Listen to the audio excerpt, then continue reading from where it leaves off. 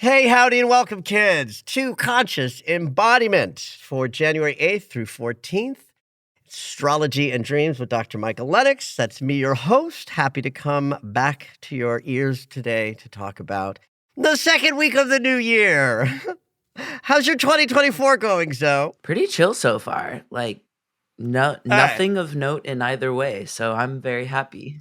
Well, it's early yet.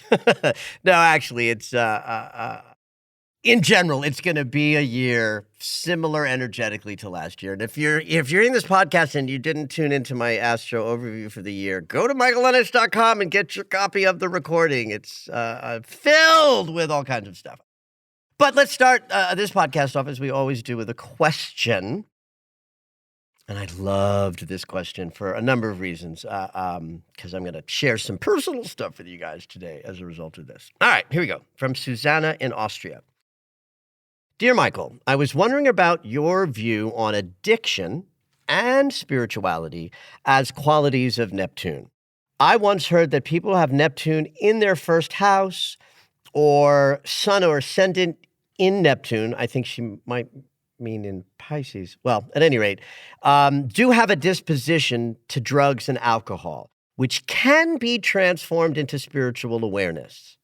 In other words, any kind of addiction to narcotics can be let go of by dedicating oneself to spiritual practices and a higher vibration.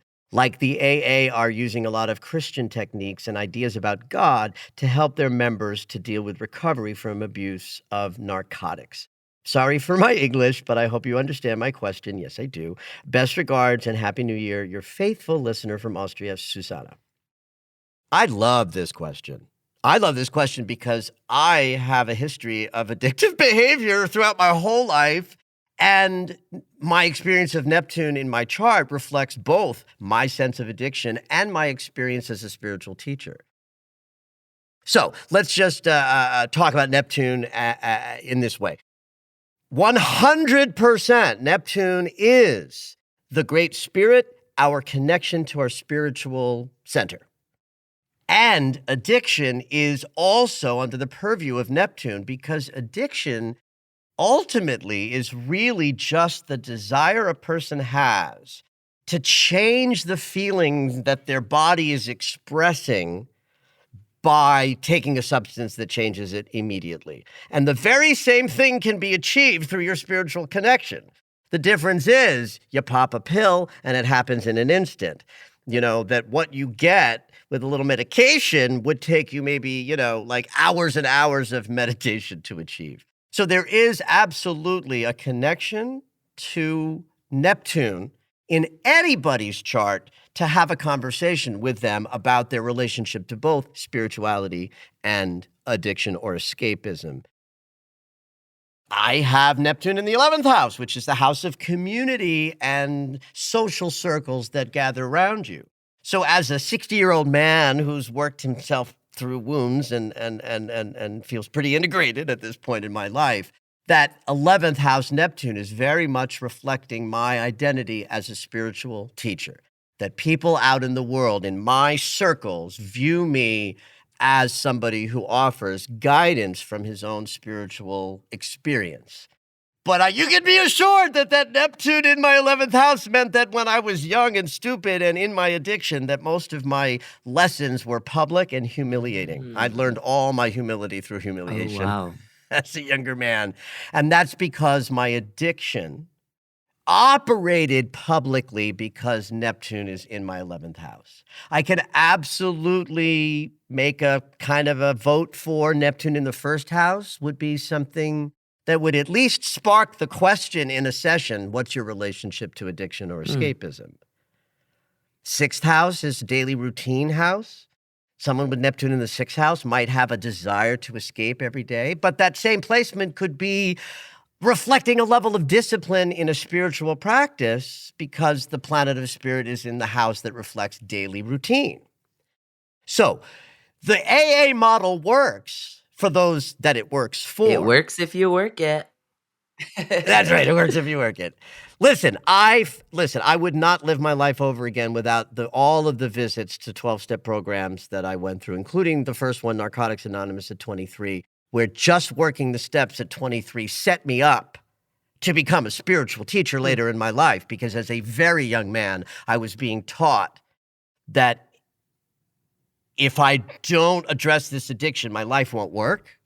That how to address it is to get underneath what's troubling me in an inventory sort of way, align my life with a higher power so that I can, on a day-to-day basis, choose God instead of escapism. That's how the 12-step model works. And so from an astrological perspective, that's interesting that the planet that represents our spiritual connection can also shove addiction as an obstacle to that connection. So there is, for me, both in my personal life and as a psychologist and teacher, a sense that the best solution to a body that wants to escape is to teach it how to escape the pain of being in a body slowly through spiritual practice in organic ways that last, as opposed to the instant gratification of escapism that is addiction in action.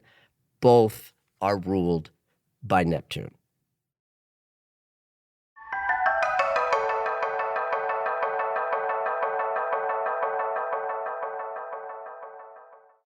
In the world of astrology, we don't create resolutions on New Year's Eve or New Year's Day. In fact, one of the objections that I have to the Julian calendar is that it is inorganic because it doesn't follow the moon. It follows the sun, and that orbit is not pure. And we lose a quarter a day a year, and we make it up every 4 years with leap year. This year is a leap year. And I just find that so anathema. I was like so annoyed with the Western civilization that we got stuck with this horrible, bumpy, clunky calendar. The lunar calendar is the way to go. Vedic astrology follows the moon. The Jewish calendar follows the lunar cycle. All holidays are on lunations. That's the way to go, where a calendar aligns with the cyclical nature of life. The sun, we gotta make up for it with leap year. So I'm not really sure what that has to do with this new moon in Capricorn exactly, but I'm trying to convey that your intention-setting powerful moment to have a year ahead that's stewarded by your own desires and intentions comes with this new moon. Sun's in Capricorn, so we're in conscious awareness of the goals and ambitions we have. I love that this horrible calendar that I hate so much that starts in January. At least it starts in the Capricorn mansion, where the consideration is, what do I want to accomplish? So when the moon moves into Capricorn while the sun is there and we have our new moon, then we have the moment when the solar system is saying, here's the Alpha Omega startup. So the organic system we live in says that this Thursday is that moment, whereas the artificial calendar said that's January 1st. So A, that's already passed. B, you're listening to my podcast. C, this is the moment to set intentions, not only for the immediate moment in the lunar cycle ahead, but all year long. What do you want to accomplish? This is your moment to be in deep consideration of that.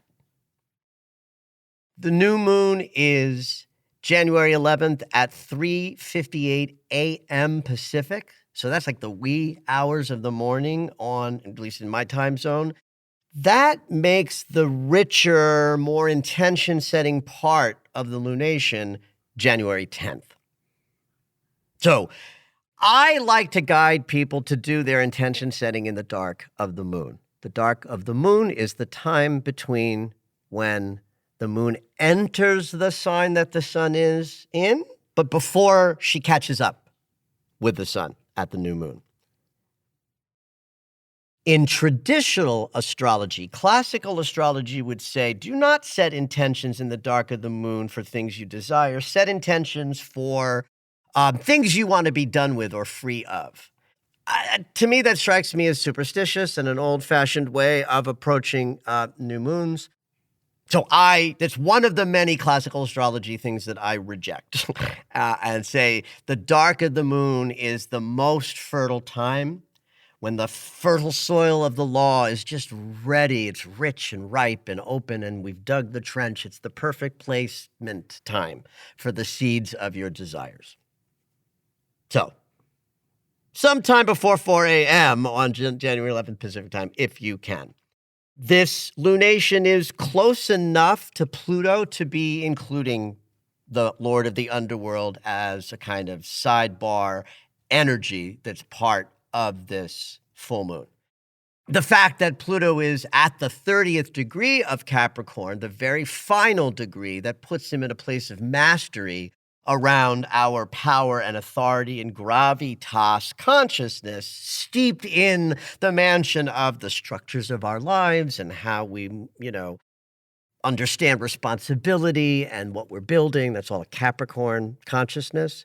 So it's a perfect placement for our power planet of Pluto to be nearby the intention-setting mechanism of the sun and the moon. In other words, kids, watch out for what you declare as an intention because they count when the power planet is right there nearby. And then the whole mechanism, sun, moon, and Pluto, is squaring the nodes of the moon. Now, that makes this startup of the year juicy and powerful because the nodes of the moon are a collective point. They represent the past that we're all moving away from, south node, and they represent the future that we're all trying to create collectively and individually. That's the north node. Because it's a square, that's the geometry of conflict and obstacle. We are in a time in our lives, all of us on the planet, last year, this year, next couple of years, where radical change is happening and it can be terrifying.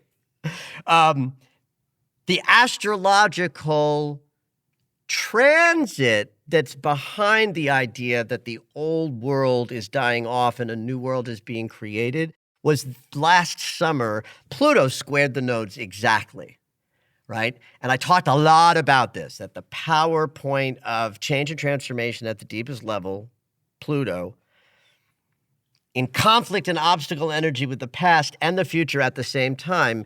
Just turn on the news if you want to know what I'm talking about. Long-range way in which the old guard is being destroyed while the new world is attempted to be born. Attempting to be born. Attempting to be born. And that transit applied to last summer and to the entire year of 2023. But as I said last year many times, that transit also reflects the entire decades worth of everything that the world is going through. And it just promises that we're in a wild breakdown of the old and creation of the new. To me, this transit, Pluto squaring the nodes last year, is in some ways the central nugget of the gear shift between the age of Pisces and the age of Aquarius. That makes this year in some ways key and pivotal to what comes change-wise in 25 and 6 and 7, because we are still in a preparatory time. In fact, that's what I would call 23 and 24. Preparatory for us at an individual level to figure out who we are, how we serve, what we own, what we want to, contribute to the world, so that when the shit hits the fan in 25 and 26, we are already in alignment with how we as individuals participate in this radical shifting of the ages. So that consciousness is built directly into this new moon. It sounds like I'm putting all sorts of pressure on all of us to save the world Sounds on Thursday, big, yeah. January 11th. But it's in there. It's in there. I'm just interpreting for you guys what I feel and see when I look at the chart for the new moon and, watch the news and pay attention to how it's all unfolding.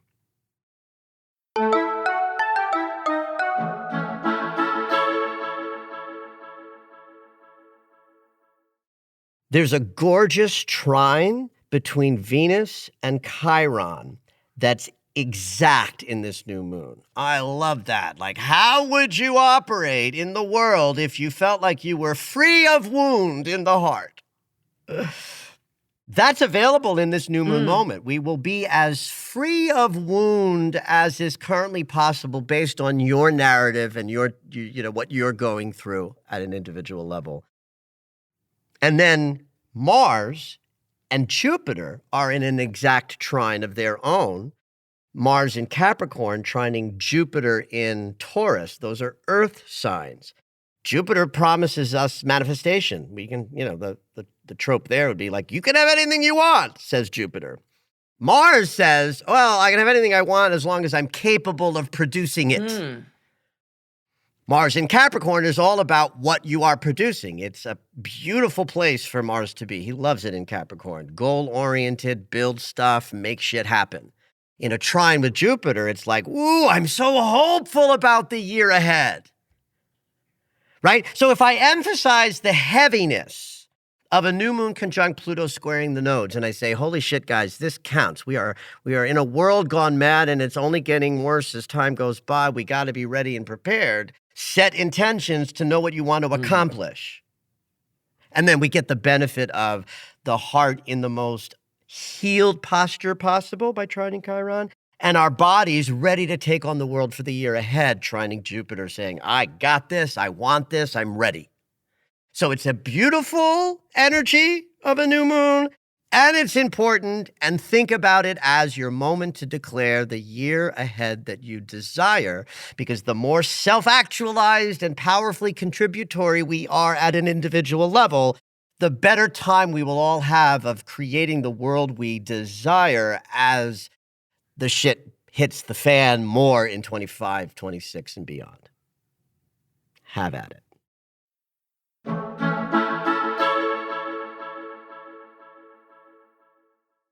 Mercury is moving back into Capricorn over the weekend. Saturday, the 13th, is the day that he re-enters Capricorn.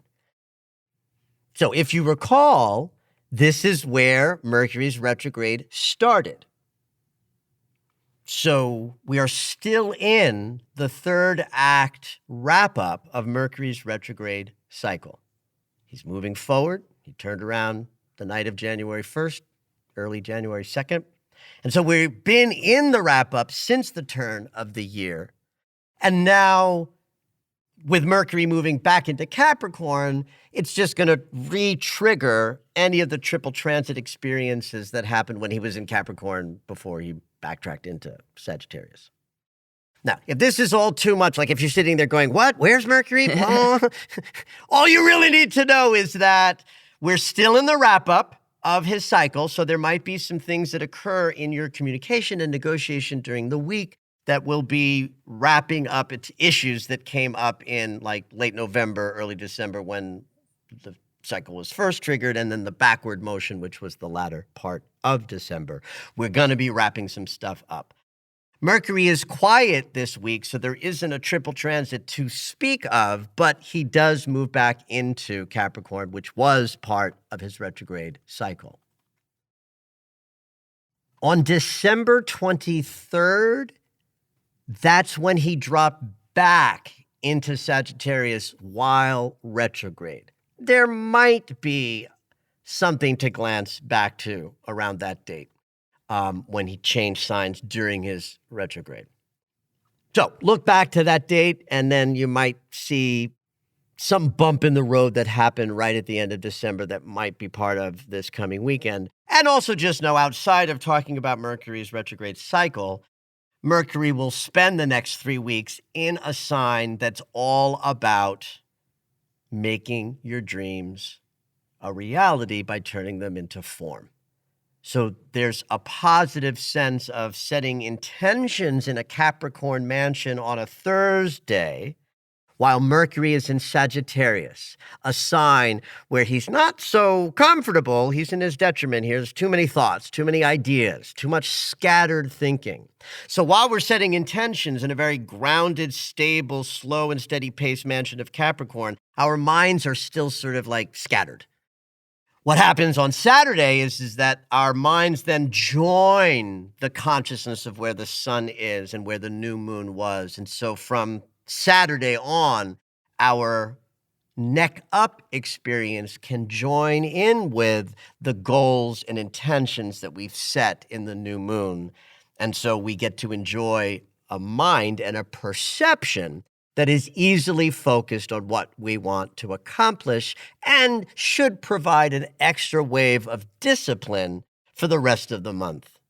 because that's, Capricorn is a sign that invented discipline and responsibility. And we can sort of get our minds in the game in a big way once Mercury moves into Capricorn on Saturday. And of course, what would a podcast episode be without one of our Venus updates? Even though it's 2024? Absolutely. 2023 was a big Venus year. Right, but if you remember, Zoe, the reason why I've been talking about Venus is because of how busy she was in her retrograde in the sign of Leo that happened last summer. And so that was such a transformative Venus sort of setup that one of the ways that astrology works is that an event happens at a point in space in the ecliptic. And in this case, we're talking about just Venus hanging out in the sign of Leo, where she went retrograde and spent a lot of time in the sign of Leo last summer. Retrograde cycles have us visiting the unconscious.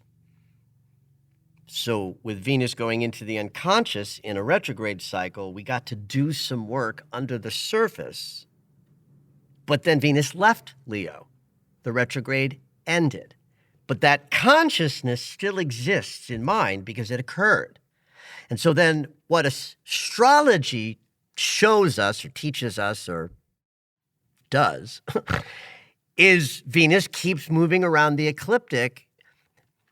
And as she goes, she delivers what she learned to different aspects of our psyche. So even if just imagine this, like I have Venus in Leo in my natal chart, and in fact, the retrograde started at the degree point that Venus was in my birth chart. So this past retrograde cycle was very, very big for me, 12 out of 10.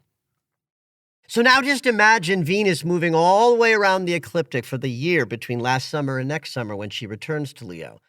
Like just imagine every time Venus conjuncts a different planet in my chart after last summer, I am delivered the wisdom of that retrograde cycle in a new and deeper way so that Venus doesn't return to Leo until this coming summer, which means that as she moves, she's delivering powerful, newly shifted consciousness around how to open our hearts more deeply, which is why I'm doing these reviews of Venus, because when she gets to July next summer, what I'm going to say is, well, we're done with that process, and then she'll go retrograde in 2025. But we can do it all again in a different sign. But that's why we're talking about Venus. And so this week, Wednesday, Thursday, and over the weekend, there's some juicy stuff with Venus, including a gorgeous healing opportunity and a potential fork in the road over the weekend. So Wednesday, Venus will semi-square Pluto. That's a rubbing up between our sense of love and the place where all of the shadows are kept. So when it's Venus and love that's up and Pluto's in the house, we're talking about low vibe, emotional material in relationship dynamics, jealousy, obsession, territorial disputes. So we get triggered in the middle of the week with a little bit of shadow. Then the very next day, Thursday, with the new moon, and I've already talked about this just a few minutes ago on the podcast, with that new moon, Venus is trining Chiron. So this is important that first we hit the shadow on Wednesday and then the healing on Thursday. There's likely to be emotional material that rises up in the beginning of the week that might turn into a healing as the week progresses. And since it's with a new moon, we get to dial that potential healing into our lunar cycle consciousness. Now, here's what you want to really, though, be paying attention to, which is the weekend. Sunday, Venus does 2 simultaneous transits. First, she will trine the north node of the moon. That means there's movement forward, both individually and collectively, around your relationship experience.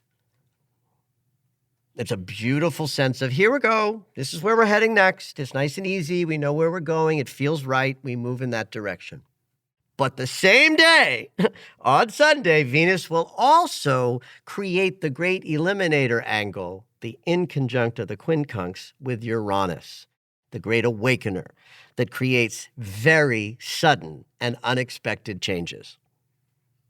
So this is an interesting dynamic that says over the weekend, through the new moon and into the weekend, we are feeling healed in the heart in a manner that's a little bit deeper, right? We get triggered early in the week, and then we go into a healing sort of later in the week. And then as we move through the weekend, some of you are going to be making track changes in your relationship dynamics because Venus is saying, here's your way forward, but Uranus is saying there might be a sudden shift. It might come from you. It might come from someone else. And it might be like you decide to wear a different outfit on brunch and feel fabulous. You know what I mean? Like sometimes the astrology isn't your big story, but you'll still experience the story, but in a small way. So I'll just sort of wrap this up and say over the weekend, yes, you might be like primping your hair and zhuzhing your look. And I mean, I'm sort of kidding, but I'm not, because the Venus is all about, beauty and appearance as well as love and money. Right. So if you're not in any heavy duty relationship narrative, you might just have a weekend where your heart and your feeling body tells you to try something new.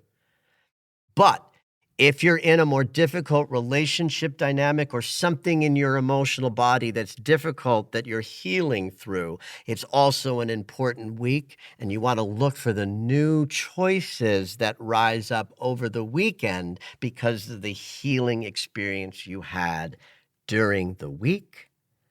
Have at it. Did you know that Michael has a daily astro alert? If you enjoy hearing the weekly astrology, you might like knowing more about each day. When you subscribe for the daily astro alerts, you'll get an in-depth explanation of the day's astrology sent right to your email.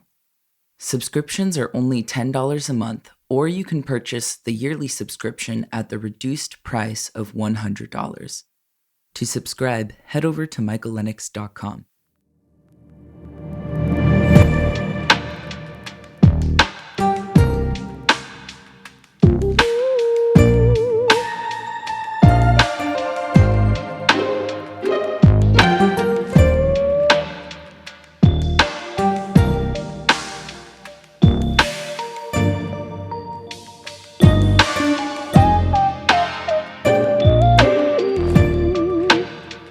All right, it's dream segment time.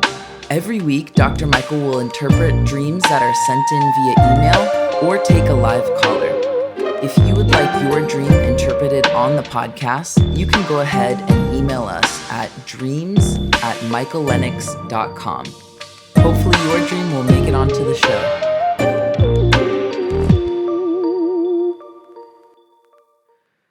Today we have a written-in dream from Alejandro, or Alex, and it kind of lines up with the question of today. It's about there is cannabis in the dream. Ooh, yay. So Alex says, first and foremost, my deepest gratitude for the work that you do. I love the podcasts and love the insights you provide the world. Thank you for sharing. Thank you, Alex. There are some vivid parts of my dream last night that shook me. In my dream, it's me in my current state, not a future or past self.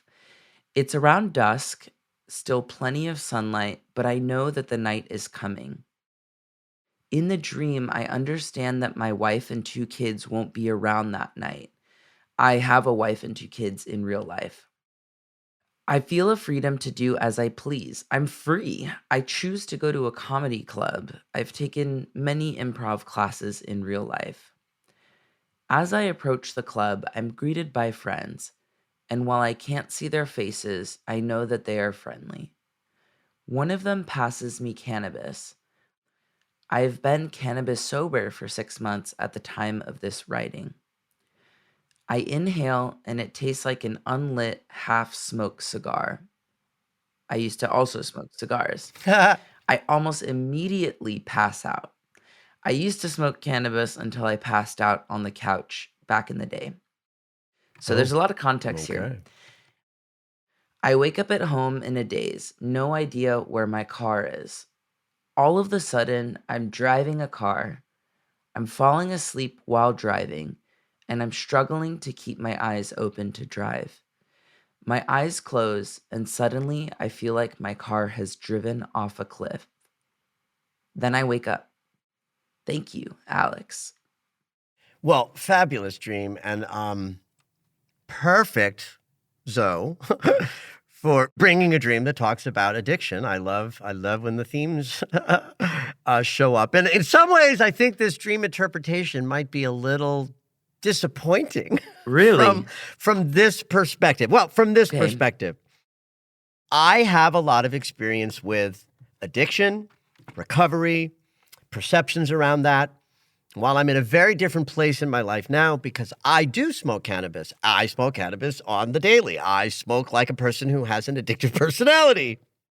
But I'm good with I'm perfectly good with how I run my life these days and happy to, share that at different venues. This is not the appropriate one for that. But suffice to say, I know a lot about what it is to live in a body that is both attempting to stop a behavior that connects with a substance and how dreams participate in this.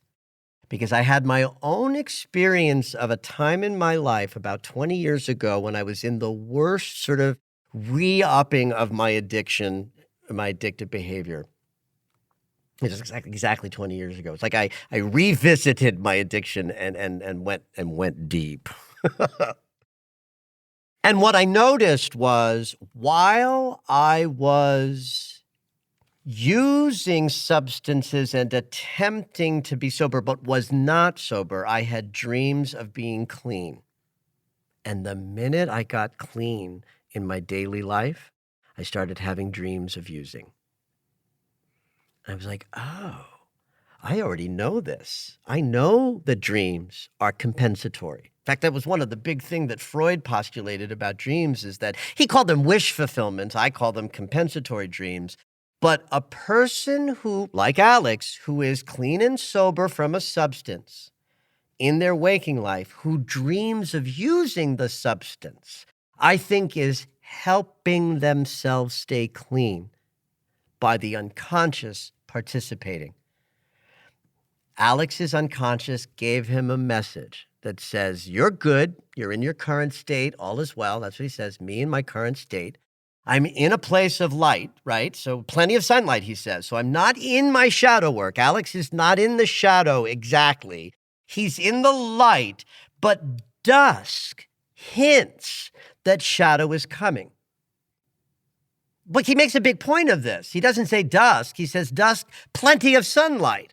So then we know, okay, he's in a place of current state, all is well, I'm in my light, but I'm aware that the shadow can overtake me at any time. And this is accurate about anybody, especially in 6 months. That's like nothing. It might feel like a lot of time on one hand, but in terms of really owning sobriety in the body, six months is nothing. So Alex in his current state, plenty of light, is considering the shadow of what might happen if I give myself too much freedom.